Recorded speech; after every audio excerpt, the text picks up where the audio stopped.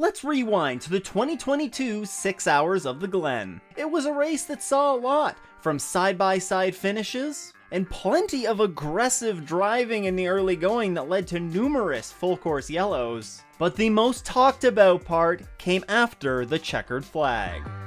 You see, the most race-defining moment of the Salem 6 Hours of the Glen came at the 4.5 hour mark. And no, it was not for this massive accident featuring the Carbon with Peregrine Racing Lamborghini that got absolutely sent into the barriers in the boot very hard by some LMP2 competitors. No, it came moments after that when lightning and a storm was moving through the area. The passing storm caused a red flag condition and forced everyone from track marshals to drivers to people like me who were there at the race to seek shelter. The red flag was held up for about an hour, and when racing resumed, when that green flag flew again, there were 20 minutes of race time left. Well, you might think, well, there's nothing else to talk about there, right? Storm passed through, race got restarted. We got 20 minutes of racing left. Well, that's where you're wrong. You see, with the red flag stoppage and the hour of race time that we lost, that's not going to be added back on to the end of the race. It's just not how it works. We lost that period of racing, and as a result, there are minimum drive times that needed to be adjusted. You see, each class has a minimum drive time for a minimum amount of time that the drivers have to spend in their cars.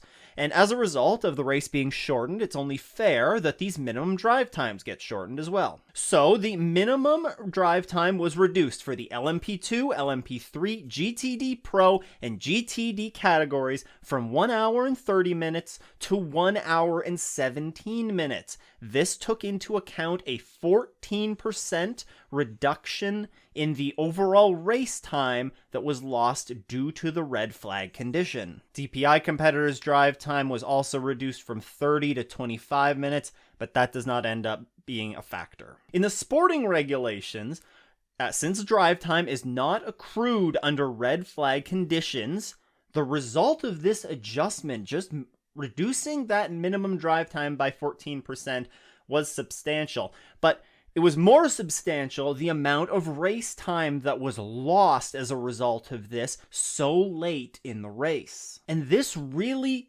bit teams in the butt, specifically teams that had backloaded their drive time for a single driver to be scheduled within the final 2 hours or so of the race, and them not being able to meet the minimum adjusted drive time. This led to some massive post-race news, as there were 9 cars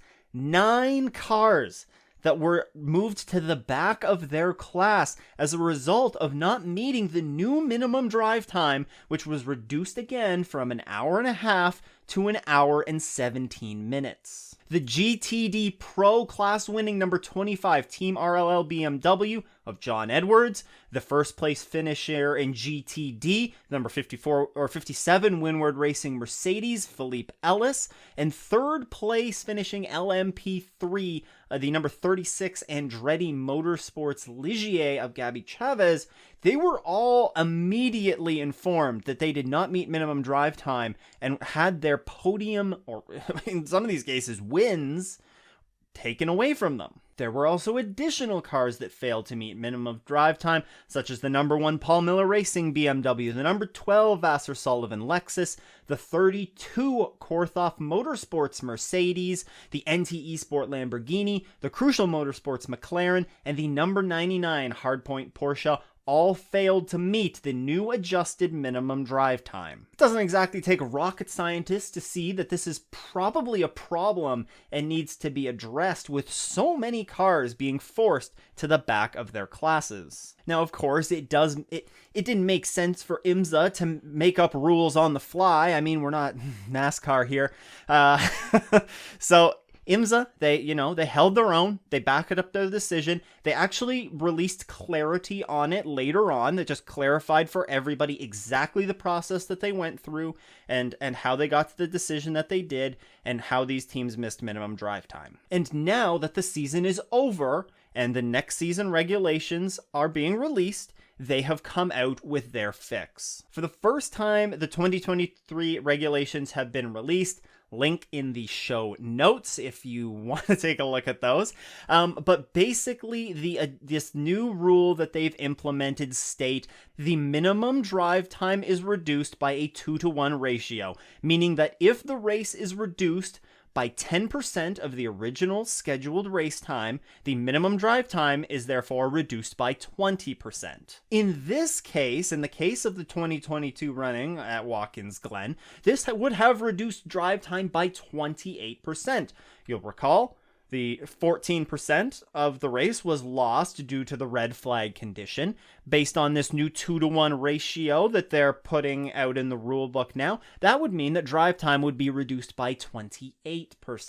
This 28% reduction would have led to a drive time reduction of approximately 25 minutes, and it would have saw the minimum drive time be reduced to about an hour and 5 minutes. This would mean that only the number 25 Team RLL BMW of John Edwards, who came in again at an hour and 1 minute of drive time, and the number 12 Vassar Sullivan Lexus of Aaron Telitz, who was at an hour and 2 minutes of drive time, they would not have been sent to the back of their class. Honestly, as well, the teams very well may have known this when they were going back to green flag, but they might have been hoping for a decision by IMSA that would have not saw the results, them being moved to the back of their class for something that was largely out of their control. But still, regardless, this rule change would have prevented 7 of the 9 teams from failing to meet minimum drive time, and I think this is just another win by IMSA. For them to take a step back and realize that the rule that was in place was probably inadvertently costing teams some of their finishing positions, be able to look at it, adjust it, and, take significant steps for this to not happen again in the future I think is very commendable. And to me, it indicates that they are listening and reacting to the teams and what they're having to say post-race and listening to their input. And that is incredibly important in maintaining the health of this series, especially going into such a key phase with the new GTP cars that are coming in. There's so many new GT3 cars that are coming in as well, and just being brought into a new light on the global scale, soon to be in the World Endurance Championship as well. I think this is a really good job by IMSA to take this back and make these adjustments. But let me know what you think of IMSA's decisions lately. Are you a fan of them? You can let me know in the comments down below or on Twitter at OffInTheS's. This has not been the only time recently where IMSA has gone back and either reversed the decision that they've made or have made significant adjustments in light of a previous incident. In fact, after announcing that they would be removing the Sprint Cup and implementing a new bronze driver mandate, they went back soon after hearing input from the teams and the drivers as well as the fans, and reversed both of those decisions. These decisions would have caused a considerable shakeup in the GTD paddock, and you can learn all about them right here. Thanks for tuning in. I hope everyone has a great race weekend and doesn't go off in the S's.